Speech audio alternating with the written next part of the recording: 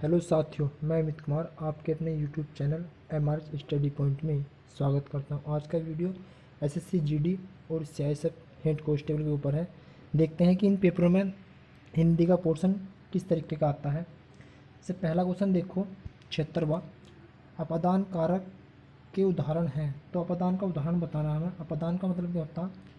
अपादान की बात करें तो से विभक्ति होती है इसकी, कौन सी? से। तो इसमें देखो से अलग होने की है ना, तो इसका मतलब होता है यानी कि अलग अलग है ना। तो इसमें देखो पहला ऑप्शन देखो, पेड़ से सेब गिरे, तो पेड़ से सेब क्या हो गए? अलग हो गए, है ना। तो ऑप्शन नंबर पहला। अगला क्वेश्चन देखो, नैसर्गिक का विलोम शब्द है, तो इसका विलोम शब्द क्या है? कृत्रिम। अगला क्वेश्चन देखो 78वां, निम्न में परिमाणवाचक विशेषण हैं। तो परिमाणवाचक क्या होते हैं? दो, यानी कि परिमाणवाचक भी दो होते हैं, एक तो निश्चित परिमाणवाचक, एक अनिश्चित परिमाणवाचक। तो जिसमें नापा या तोला जा सके उसे क्या बोलते हैं? परिमाणवाचक बोलते हैं। अब इसमें क्या है, जैसे कुछ है, तनिक है, तो उसे वो क्या होगा? अनिश्चित परिमाणवाचक। तो इसमें जैसे क्या है, तनिक दिया है, तो तनिक क्या होगा? अनिश्चित परिमाणवाचक होगा, है ना। हमें क्या बताना था? परिमाणवाचक विशेषण बताना था। तो इसमें क्या है, तनिक जो है परिमाणवाचक विशेषण है। अगला क्वेश्चन देखो, निम्नलिखित में किस वाक्य में भविष्य काल है, यानी कि जो होगा काम उसे भविष्य में, है ना, वो बताना है। तो पहला ऑप्शन देखो, राधा कल घर गई, तो राधा क्या हुई? कल घर गई, यानी कि बात बीत चुकी है। शायद कल रवि आ जाए, तो यानी कि भविष्य की बात कर रहे हैं, क्या कर रहे हैं? शायद कल रवि आ जाए। तो ऑप्शन कौन सा ठीक होगा? बी ऑप्शन ठीक होगा। अगला क्वेश्चन देखो, बागी शब्द का शुद्ध संधि विच्छेद क्या है? तो बागी शब्द का क्या है? बाग प्लस ईस, बागीस, ऑप्शन नंबर बी। अगला क्वेश्चन देखो, एकाएक में कौन सा समास है? एकाएक, तो एकाएक में कौन सा है? अव्ययी भाव समास। कौन सा है? अव्ययी भाव समास, ऑप्शन नंबर सी। निम्नलिखित में से तद्भव शब्द है, क्या बताना? तद्भव शब्द। तो तद्भव क्या होते हैं शब्द? वे होते हैं जो हम आम भाषा में बोलते हैं ना, उन्हें क्या बोलते हैं? तद्भव शब्द बोलते हैं, ठीक है। और जो तत्सम होते हैं वे संस्कृत वाले होते हैं। तो हमें वो बताना जो हम अपनी भाषा में बोलते हैं। जैसे अग्नि नहीं बोलते, वत्स नहीं बोलते, मयूर नहीं बोलते, क्या बोलते हैं हम? जैसे पिया, है ना, आम भाषा में बोलते हैं ना हम पिया। तो इसका ऑप्शन सी ठीक है। अगला देखो, साखी शब्द का तत्सम, तो संस्कृत वाला बताना है। साखी का क्या होगा? देखो इसका हो जाएगा ऑप्शन नंबर डी, साक्षी। अगला क्वेश्चन पढ़ो।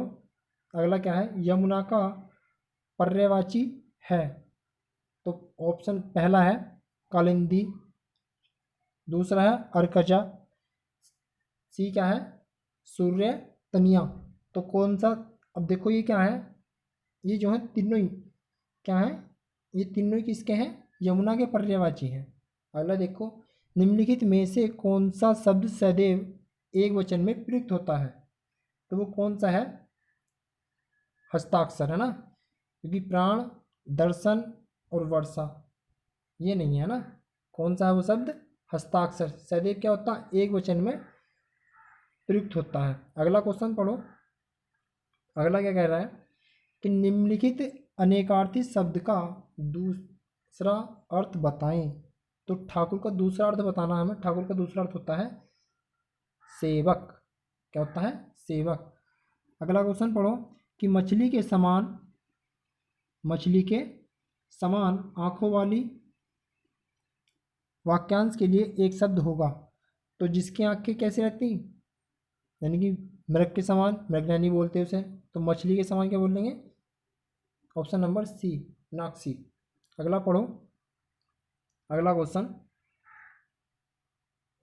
किए हुए उपकार, किए हुए क्या है? किए हुए उपकार को मानने वाला से बोलते हैं कृतज्ञ। क्या बोलते हैं? कृतज्ञ। अगला पढ़ो। अगला क्वेश्चन,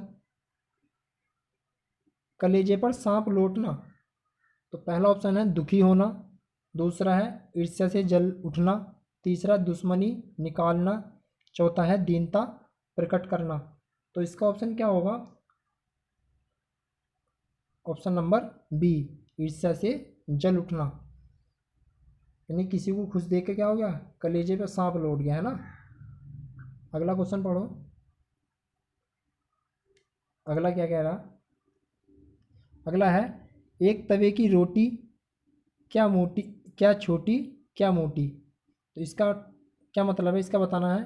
ऑप्शन पहला है कि तवे की रोटी, तवे की रोटी, बी है सभी एक समान, सी है सभी श्रेष्ठ, डी है रोटी के प्रकार। तो इसका क्या होगा? इसका होगा सभी एक समान, ऑप्शन बी। अगला देखो, सही शब्द छांटिए। तो इसमें क्या बताना? सही सही शब्द बताना है ना। तो सही शब्द इसमें कौन सा है?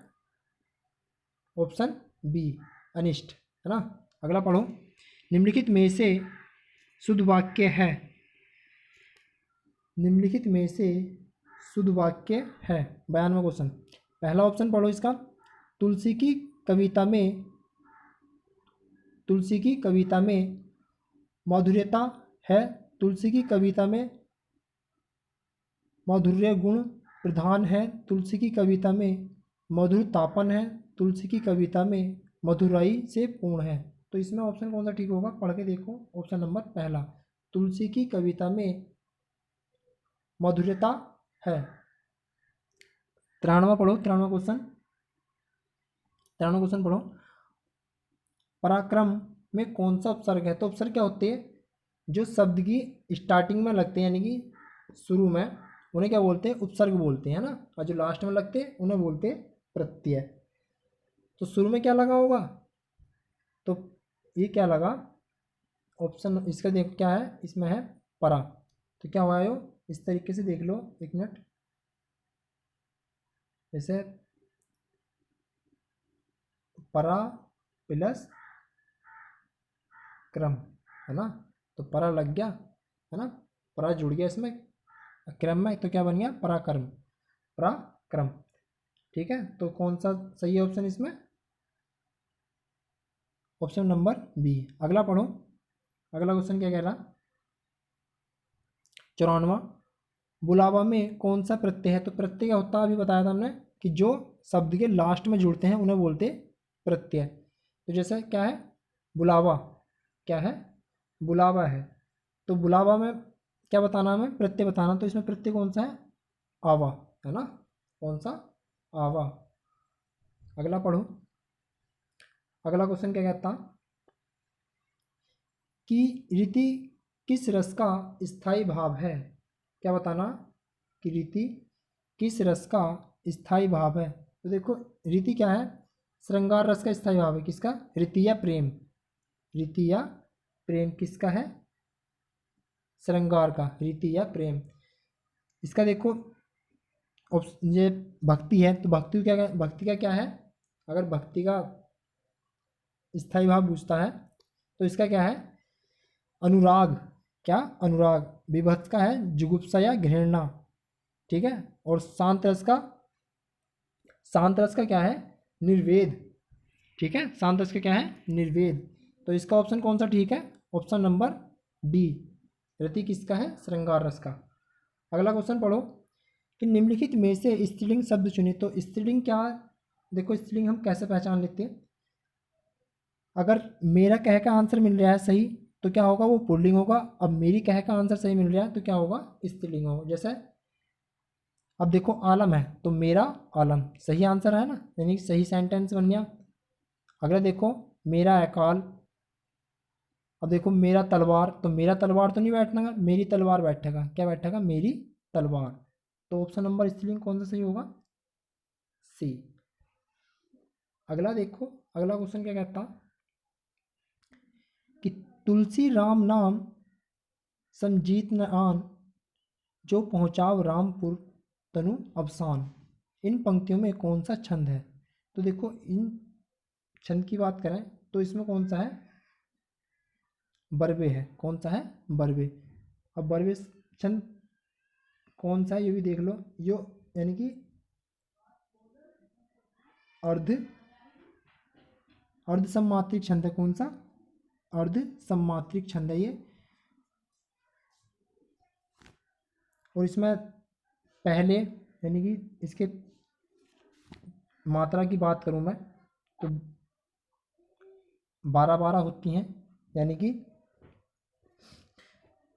पहले और तीसरे में, है ना। और दूसरे और चौथे की बात करूं तो कितनी कितनी मात्रा होती हैं? 7-7।